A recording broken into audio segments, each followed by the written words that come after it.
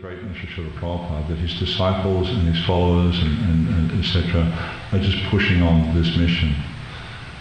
One other thing that has come to my mind which really reinforces this point, in July 4th this year in the USA was a very auspicious day. Of course, not just in Independence Day, but a very auspicious day on the Vaishnava calendar is Guru Punim, which also happens to be the disappearance day of Sanatana Goswami, which also happens to be the day that Bhakti Dhruva Maharaj passed away. So then, I think it was just a few days later, the GBC established a committee to look into the discussion of samadhis in ISKCON. And I don't know why, but I was asked to be on this committee. And there's been a lot of interesting conversations and discussions going on. But one of the things that I'm seeing from this, being involved in this service, is actually that there are many, many greatly advanced devotees in ISKCON.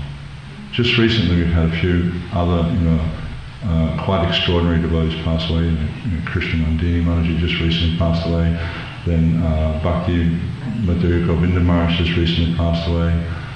And if you look at these devotees, they're greatly advanced souls. They're not just like ordinary run-of-the-mill people. So what does that tell us? That tells us that Srila Prabhupada was actually a great personality because he was able to inspire others to become great personalities. And it's only through the contact of a great personality that someone else can become a great personality. So we see from this that actually Srila Prabhupada is an extraordinary personality, that he was able to inspire others to give their lives to Krishna. And so anyway, that's the reflection I wanted to share with you all. Srila Prabhupada ki.